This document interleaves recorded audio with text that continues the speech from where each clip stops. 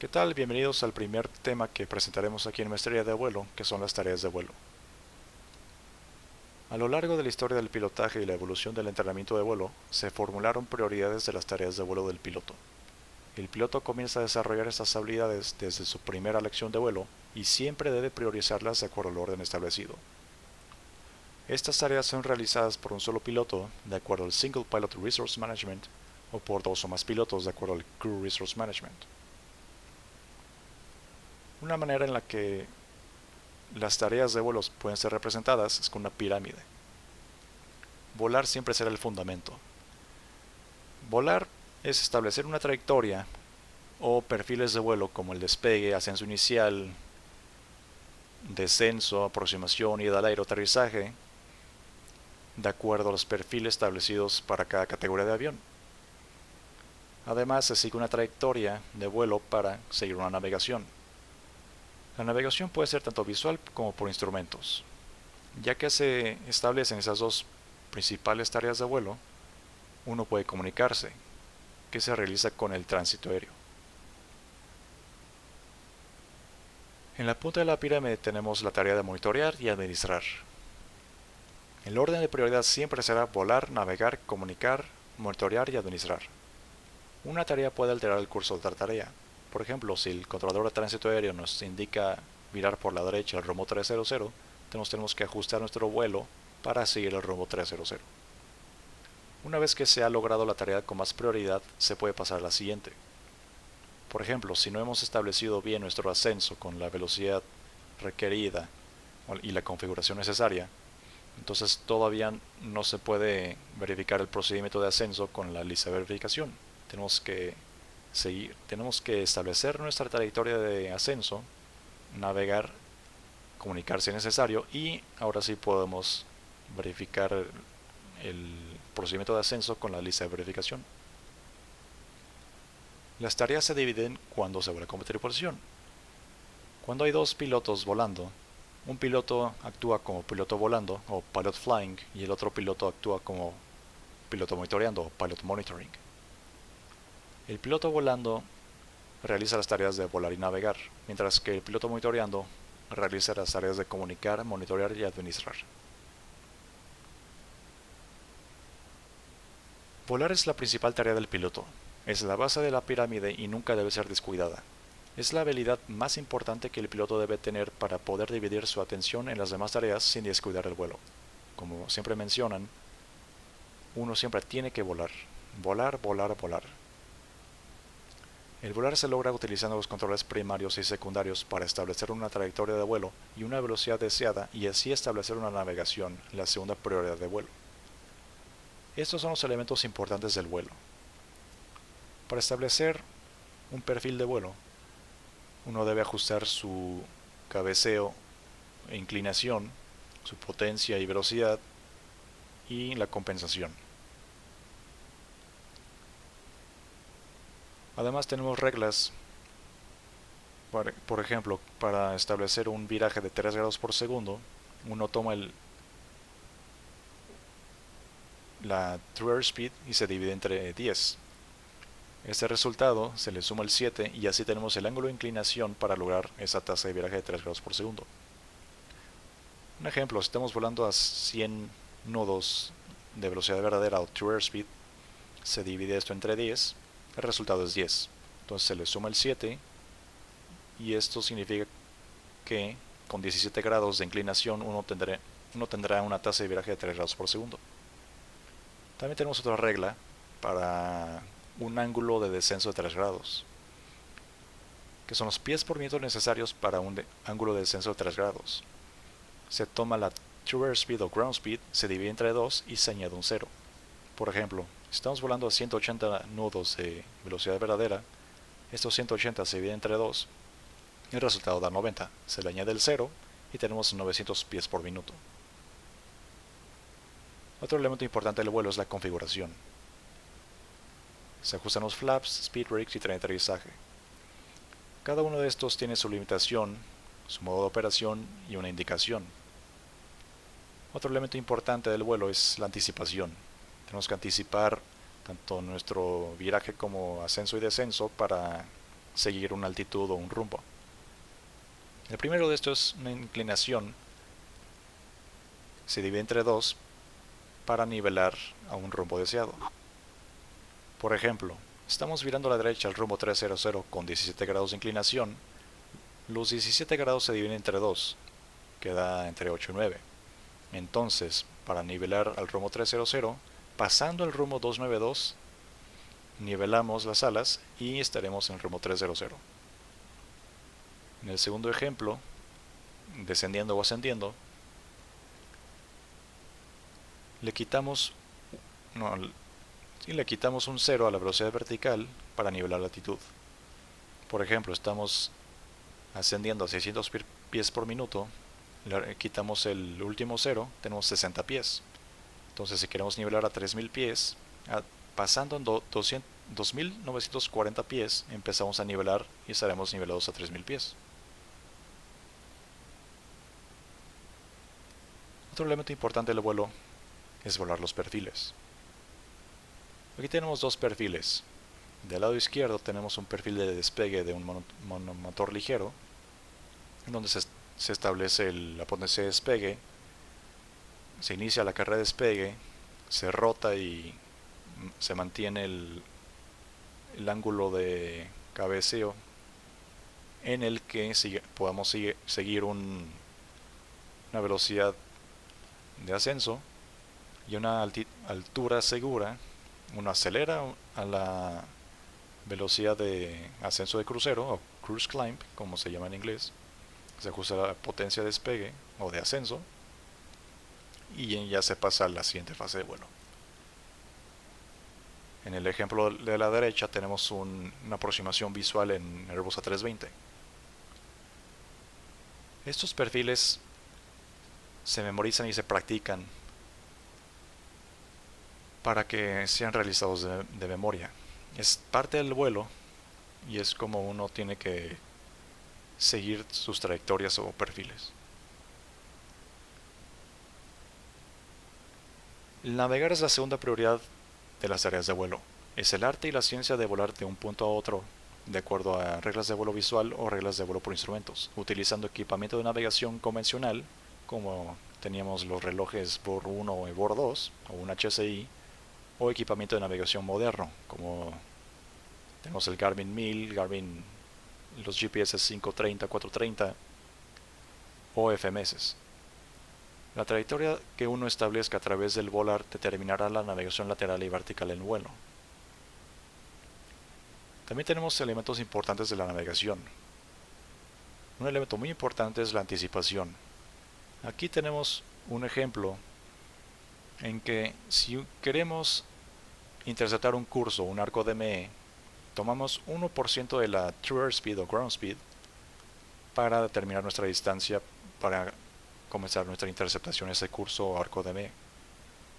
Un ejemplo, estamos volando con 200 nudos de True Airspeed o Ground Speed, tomamos el 2, que es el 1%, y eso significa que a 2 millas náuticas antes del curso, el arco DME, vamos a iniciar nuestra interceptación. Otro ejemplo son los radiales para virar a un curso, en caso de que estemos en un arco DME o tengamos como referencia un bord DME junto a la pista. Se toma la TAS o Ground Speed y se divide entre 20. Por ejemplo, si tenemos un True Airspeed de 160 nudos, se divide entre 20 y el resultado da 8. Esto significa que a 8 radiales del curso a interceptar ya empezaremos nuestro viraje para interceptar ese curso. Además tenemos errores de distancia DME, que por cada 6000 pies de altura sobre el borde DME le restamos una milla náutica a nuestra distancia representada en el DME o en el Navigation Display. También tenemos errores en el compás. Una regla que nos enseñan es Undershoot North, Overshoot South. Por ejemplo, vamos a decir que estamos en la latitud 20. Entonces a esa latitud se divide entre 2 y el resultado da 10. Estamos volando a un ángulo de inclinación de 20 grados. Entonces a esos 20 se le suman 10 y el resultado da 30. Si estamos volando o virando hacia la izquierda un rumbo 190, que es un rumbo hacia el sur, entonces tenemos que exceder esos 190 grados en el compás para nivelar y seguir ese rumbo 190. Entonces, del resultado que nos dio 30 grados, tenemos que virar al rumbo 160 en el compás, nivelar y estaremos realmente volando al rumbo 190. Otra regla que tenemos si estamos volando una dirección hacia el este o el oeste es accelerate north, decelerate south. O sea que si estamos acelerando, el compás va a indicar un viraje al norte. Si estamos desacelerando, el compás va a indicar un viraje hacia el sur. Otro elemento importante de la navegación es esto: turn, time, twist, throttle, talk, track. Eso quiere decir que, por ejemplo, si estamos ingresando o estamos por iniciar nuestro circuito de entrada de un patrón de espera, consideramos un viraje pasando la estación de acuerdo a nuestra entrada al patrón de espera. Si es de gota o paralela, se toma el tiempo, se tuerce el curso del BOR o del HCI hacia el curso de entrada del patrón de espera, se ajusta la potencia para ascender o descender si es necesario, se comunica al controlador de tránsito aéreo en caso de no haber un entorno radar que se está entrando al patrón de espera, y se sigue la trayectoria necesaria. En este caso, para la entrada del patrón de espera, sería el viraje de alejamiento de gota o el paralelo. Otro elemento importante de la navegación es la programación del FMS o GPS. La programación de cualquiera de estos dos se realiza antes de comenzar el rodaje. Es el mejor momento en el que uno tiene para programar el FMS o GPS, para cuando ya uno esté volando, ya uno solo tenga que realizar cambios menores y no estar tan distraído en eso. Tanto en el vuelo como en la navegación hablamos de True Airspeed. Hay aviones que no presentan esa información. Entonces hay una manera en la que podemos determinar nuestra True Airspeed. Depende de la velocidad indicada que tengamos. Si estamos volando por debajo de 150 nudos, entonces la altitud a la que estemos volando se divide entre 4 y se quitan los dos últimos números. Los números que den de resultado se los sumamos a la velocidad indicada que tengamos y esa es nuestra True Airspeed. Por ejemplo, si estamos volando a 100 nudos indicados a 8000 pies, los 8000 se dividen entre 4, quedan 2000. De esos 2000 le quitamos los últimos dos ceros y el resultado da 20. Esos 20 se los sumamos a los 100 nudos indicados y tenemos un True Airspeed de 120. Estamos volando por encima de 150 nudos indicados, por ejemplo a 210 a 12.000 pies. Esos 12.000 pies se dividen entre 2, dan 6.000. Le quitamos los dos últimos ceros, queda 60. Entonces 210 más 60 da 270 nudos de True Airspeed. La comunicación es la tercera prioridad de vuelo e involucra a los controladores de tránsito aéreo. Los procedimientos de comunicación y la fraseología deben ser bien estudiados y practicados para evitar malinterpretaciones y no cometer errores de navegación lateral o vertical en tierra y en vuelo. Al recibir una autorización o instrucción, el piloto determina si es posible cumplirla o, de no tener sentido, se confirma. Si es posible cumplirla, se colaciona y se cumple. De no ser así, se utiliza la palabra mágica, no es posible, o en inglés unable, transmitiendo la razón y lo que es posible realizar. Tenemos elementos importantes de la comunicación. Desde que empezamos a practicar o aprender cómo comunicarnos, nos enseñan estos 5 elementos. ¿A quién le hablas? ¿Quién eres? ¿En dónde estás? ¿Qué quieres? Y o a dónde vas. De esta manera se empieza el círculo de comunicaciones. Además, cuando el controlador de tránsito aéreo nos da una autorización e instrucción, es muy importante copiar estas. desde que nosotros empezamos a volar, es muy importante tener una piernera o kneeboard, como se dice en inglés, y podemos copiar con una pluma y papel todas las autorizaciones e instrucciones. Cuando volamos un avión con aviónica avanzada, normalmente se tiene lo que es el Flight Mode Annunciator o el FMA. Más importante, cuando se vuela como tripulación, se tienen que verbalizar los cambios en el FMA. De esta manera, tanto uno como piloto volando está consciente de lo que está haciendo el avión y lo que va a hacer, de acuerdo a los modos activos o armados, y así, y el otro piloto, el piloto monitoreando, también está consciente de lo que está haciendo el avión y lo que va a hacer. Si uno está volando manualmente en un entorno de tripulación con un avión que tenga un panel del piloto automático o con ajustes en el indicador de rumbo o para seleccionar una altitud, entonces uno puede ordenar cambios en la automatización o ajustes de las referencias de estos instrumentos. Por ejemplo, si estamos volando manual y queremos que nos ajusten los 4000 pies autorizados, entonces podemos decirle set altitude 4000, por ejemplo. Otro elemento importante en un entorno de tripulación son los callouts. Se establecen callouts en cada fase de vuelo para saber o para verificar que sí esté ocurriendo todo bien. Por ejemplo, en la carrera de despegue, en el Airbus A320, se verifican los indicadores de velocidad a 100 nudos. Esto es para verificar que los 3 indicadores de velocidad estén funcionando bien. Si no, se aborta el despegue. Otro elemento importante de la comunicación es verbalizar lo que se ajusta, cambia y ocurre. Esto puede ser un escenario muy sencillo o muy simple. Entonces, cada que uno vaya a hacer una cosa que no fue informada anteriormente, se puede comentar para que los dos estén informados o estén conscientes de lo que se va a hacer de lo que el otro piloto va a hacer. Un último elemento, pero muy importante, es preguntar, sugerir, dirigir y tomar el control. Esto es más que nada en un entorno igualmente de tripulación y se presenta este ejemplo. Vamos a decir que estamos en la aproximación y ATC nos está diciendo que hay reportes de wind shear y hay mucha inestabilidad.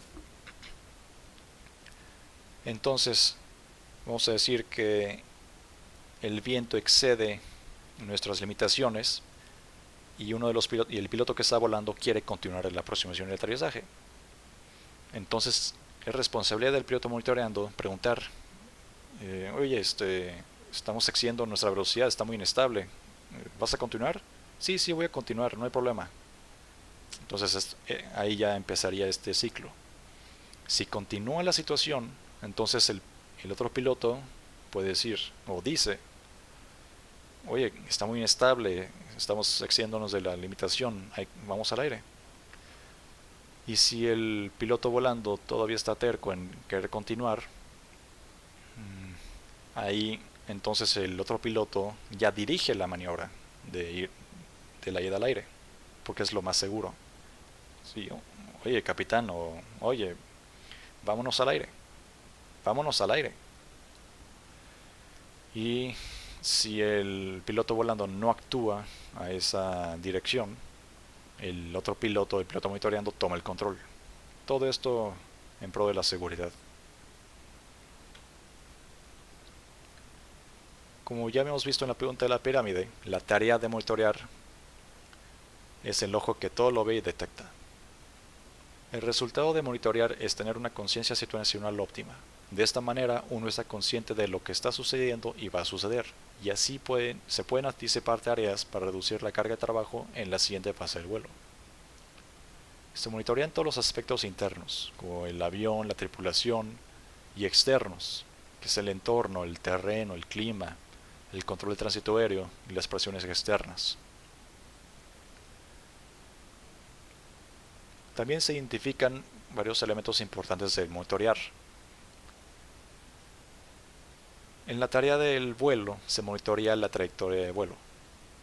Para monitorear un descenso de 3 grados tenemos dos reglas, que es la distancia a recorrer multiplicado por 3 añadiendo dos ceros. Por ejemplo, si estamos a un punto en el que tenemos que nivelar a 6000 pies,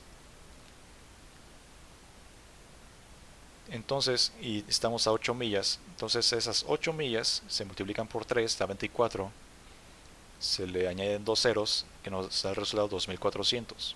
A esos 6000 pies que tenemos que estar en el punto, se le suman los 2400 y el resultado da 8400. Entonces, si a esas 8 millas estamos a 8400, significa que estamos en un ángulo de descenso 3 grados correcto. Estamos arriba de 8400 pies, significa que estamos altos. Estamos debajo de, estamos bajos.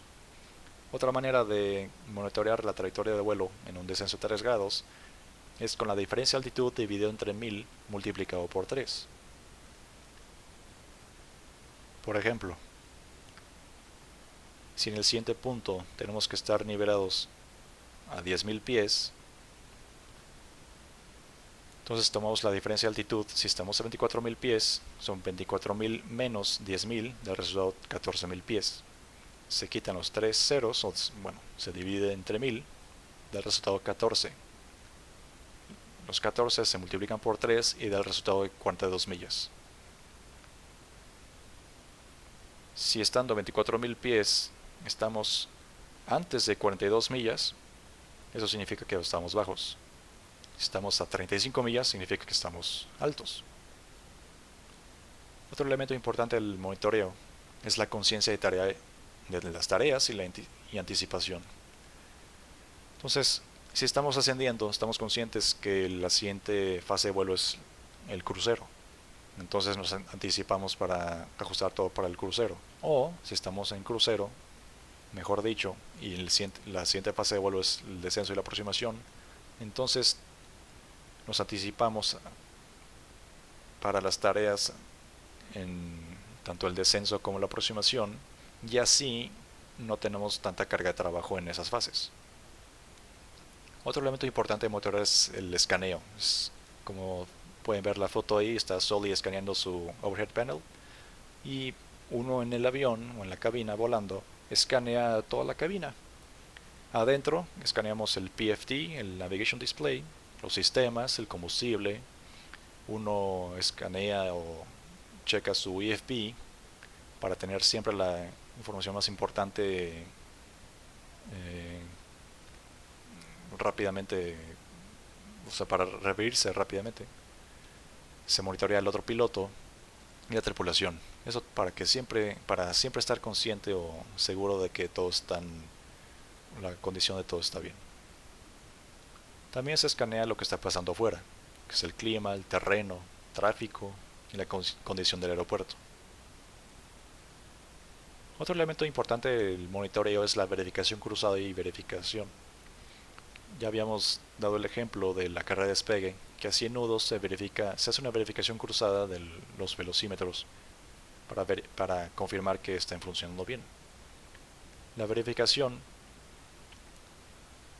se efectúa, por ejemplo, con listas de verificación después de que se haya realizado un procedimiento.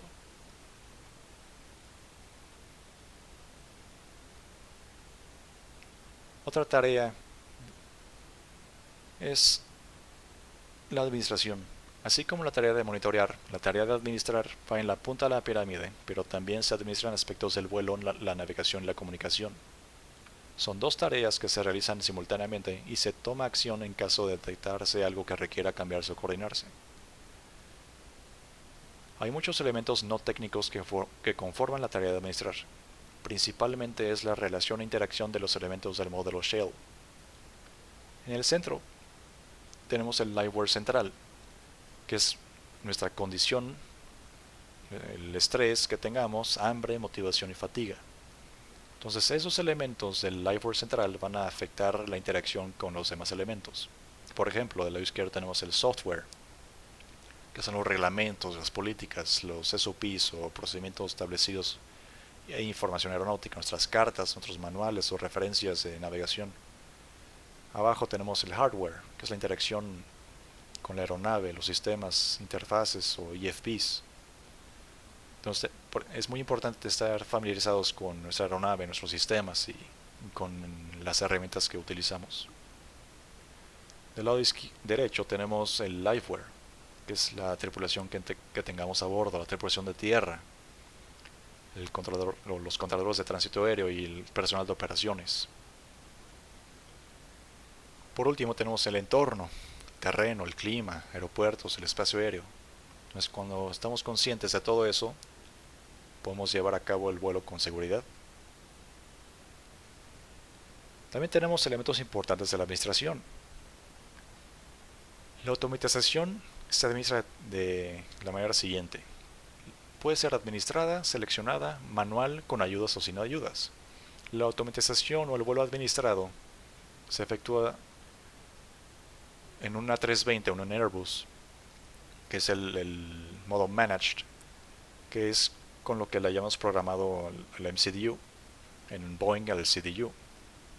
Entonces la manera con la que el piloto automático va a volar como nosotros hayamos programado la computadora de vuelo. La automatización seleccionada son los ajustes que llevamos a cabo en nuestro panel del piloto automático. Eso significa que podemos seleccionar nuestro rumbo o nuestra inclinación o nuestra velocidad vertical, o que siga una velocidad de ascenso o descenso sin potencia o con potencia, o para seguir una velocidad vertical o un ángulo de cabeceo. El nivel más bajo, que es el manual, puede ser con ayudas como los directores de vuelo, o sin ayudas. En este caso es el vuelo Raw Data, que se toma la información de navegación como el DME y la altitud, y así podemos volar convencionalmente. Otro elemento importante de la administración son los procedimientos de checklist. Se realizan procedimientos normales, anormales y de emergencia, y se utilizan checklists para verificar que los elementos de los procedimientos normales hayan sido realizados. Otro elemento importante de la administración es la cabina. Entonces, organizar la cabina es un aspecto muy importante del vuelo. Debemos tener información aeronáutica como las cartas, QRHs, que es Quick Reference Handbook por los fabricantes del avión, y los manuales. Entonces, si tenemos todas esas herramientas a nuestro alcance, podemos referirnos a todo eficientemente. Otro elemento importante de la administración son las tareas y la carga de trabajo. Entonces, cuando estemos conscientes de la secuencia del vuelo y sus tareas, podemos anticiparnos y bajar nuestra carga de trabajo cuando llegue esa tarea de vuelo o la fase de vuelo. Como pueden ver ahí en la gráfica superior de la derecha, tenemos la línea del tiempo, la línea vertical, que es la carga de trabajo, y tenemos las siguientes fases: prevuelo, despegue, crucero, aproximación y aterrizaje. Entonces, si en el crucero no nos anticipamos y programamos o nos preparamos para la aproximación y aterrizaje, la carga de trabajo va a exceder nuestras capacidades como piloto y el margen de seguridad se reduce. Otra cosa muy importante es dividir bien la atención entre las tareas. Por ejemplo, si estamos volando manualmente, es muy importante no dividir nuestra atención o no quitar nuestra atención al vuelo para otras tareas. Por ejemplo, si estamos volando manual, es muy recomendable no quitar más de 3 segundos al vuelo si estamos haciendo otra cosa más. Otro elemento importante de la administración son nuestros sistemas. Cada avión tiene sus sistemas y administrarlos nos va a llevar a un vuelo seguro. Otro elemento es uno mismo, nos tenemos que administrar. Y para eso tenemos una mnemotecnia muy famosa que es I'm safe. Entonces, antes del vuelo, durante el vuelo, nos checamos a unos mismos con lo que es illness, medication, stress, alcohol, fatigue, y la E puede ser tanto eating o emotion. Entonces, si un punto de estos no está bien, entonces lo mejor que uno puede hacer es no volar o tratar de mitigar el problema y volar con más precaución.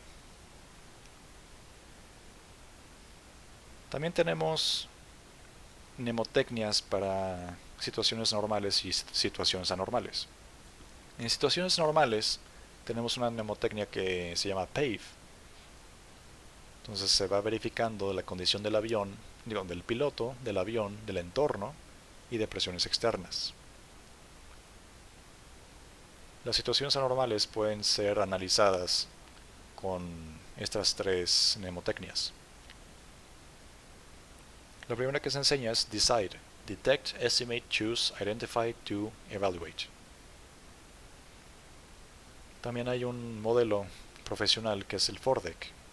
Se analizan los facts, options, risk benefits, se toma una decisión, se ejecuta, se verifica que la decisión haya sido la correcta y si no se comienza el ciclo otra vez y se comunica tanto con ATC como con la tripulación y los pasajeros. Otro modelo que se usa es DODAR, que es Diagnose, Options, Decide, Assign, Review. Además de los elementos de la administración que vimos anteriormente, también tenemos elementos importantes de la administración de riesgos, amenazas y errores. En inglés es el Threat and Error Management. Los riesgos se pueden transferir, eliminar, aceptar o mitigar. Obviamente el más difícil de estos es el eliminar, porque un riesgo es posible que no pueda eliminarse. Otro elemento importante son las amenazas. Una amenaza puede ser el entorno, el clima, el control de tránsito aéreo, que no tengan radar en el aeropuerto, que hayan cerrado una pista o están haciendo construcción al lado de la pista, en una calle de rodaje.